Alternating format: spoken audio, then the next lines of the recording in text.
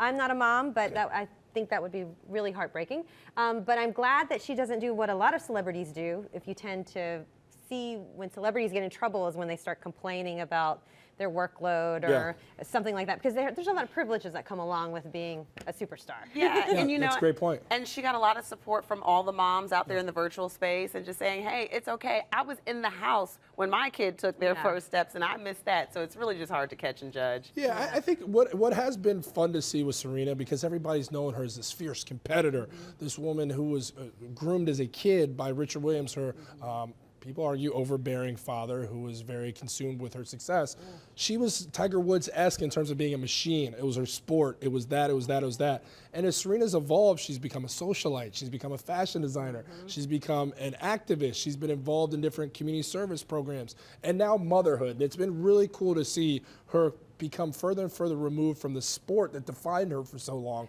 I think it's kind of cool. I just want you to watch the documentary on HBO. Have you been watching her documentary? No, I haven't. She has one on HBO. And then Everybody has one nowadays. I want to hear your thoughts when you watch the doc. Well, I feel like you're teasing a little bit. Why? What's your She had a very harrowing pregnancy. Like she almost had serious health, life-threatening issues. But so that part is very interesting. But then it's like she kind of like sometimes it's like, oh, it feels like she's a little bit complaining about her life. That's what I thought about Gaga's when I watched Gaga's. But I think that's almost accepted. You know, as you get into more of learning about people and with social media and now documentaries and we're really looking at people with these like a lens, we can see more. So I think sometimes what may feel a complaint is really just them expressing themselves. I mean, moms they probably feel the same way. Very true. I'm still angry she's not with Chicago's Own Comment. I love that. That wasn't that a good duo? Yeah, I love oh that my one. gosh. Maybe it'll still happen. Probably not. Though. No. All right, when we come, no. There are 9 top ways that you're really annoying your coworkers. Uh-oh. It's only 9. It's only 9. There's probably a longer. If Felicia was here, she'd roll out another long list of things I do. But let's start with number 9 here. You're always gossiping. That's very annoying to people. 8, you're taking advantage of flexible work policies. 7, you're constantly complaining. So those are the first 3, 9 through 7. Are any of those stick out to you that you've experienced? Okay, I know that the complaining part is just being the Debbie the Downer is not a good thing. Yeah. You know, and when you think about that, you got to go back to what your mama told you. If you don't have anything nice to say, just don't say anything at all. True. You know, it's just don't represent that. Yeah. Right. I mean, it's one thing to vent, but it's a whole other thing to constantly gossip. You stir up trouble. You know what I mean? Everybody has a right to vent occasionally. Because you should have that outlet. You should be able to trust your coworkers. 100%. If you're always complaining, simple, quit. All right, so the next 3 here, you use someone else's desk and computer without asking. That can be annoying. Number 5, you take personal calls in common areas. That can be annoying anywhere. Number 4 here, you talk over and you interrupt people. Those are the next 3. Any one of those really stick out to you guys on that list? We're talking over people. I was going to say the same thing. Especially mansplaining. I think that too. Especially if mansplaining. I think that too. You want to explain? I think that one too.